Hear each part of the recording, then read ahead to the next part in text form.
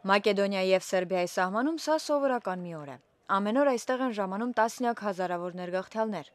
քաղցած և հոգնած, նրանցից շատերը ունեն բուժօգնության կարիք։ Այս ներգաղթյալների մեծամասնությունը Սիրիայից են։ Հունգարիան Եվրամիության առաջին երկիրն էր, որ խստացրեց սահմանային վերահսկումը, մեղադրվելով ներգաղթյալների նկատմամբ կոպիտ վերաբերմունքի մեջ։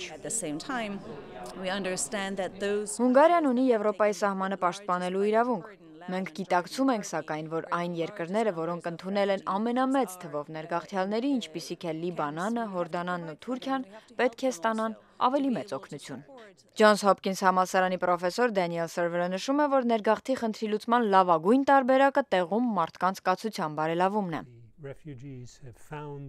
Կարծում եմ այդուհանդերձ, որ Եվրոպան պետք է անի այն, ինչ արել է ԱՄՆ-ն անցյալում, բացի իր դռները ներգաղթյալների առջև։ Ժողովրդագրության խնդրի առջև կանգնած եվրոպական երկրները ունեն հատկապես կրթված և երիտասարդ բնակչության կարիք։ Եվրոպական երկրների զգալի մասի բնակչության թիվը անկում է ապրում։ Ըստ Եվրոպայի բարեփոխումների կենտրոնի վերլուծաբան Քրիս Օդենհալի, Եվրոպան կարող է ներգաղթը ծառայեցնել իր օգտին։ Ներգաղթը թույլ կտա եվրոպական որոշ երկրների լուծել ժողովրդագրության խնդիրը։ Միայն այս տարի Գերմանիա եկող ներգաղթյալների թիվը կարող է հասնել 1 միլիոնի։ Ներգաղթյալներին օգնության համար հատկացվել է 1,8 միլիարդի միջազգային օգնություն, սակայն ներգաղթի ճանապարհը բռնած մեծաթիվ այս մարդկանց կյանքը դրանից գրեթե չի փոխվում։ Ամերիկայի ձայն, Վաշինգտոն։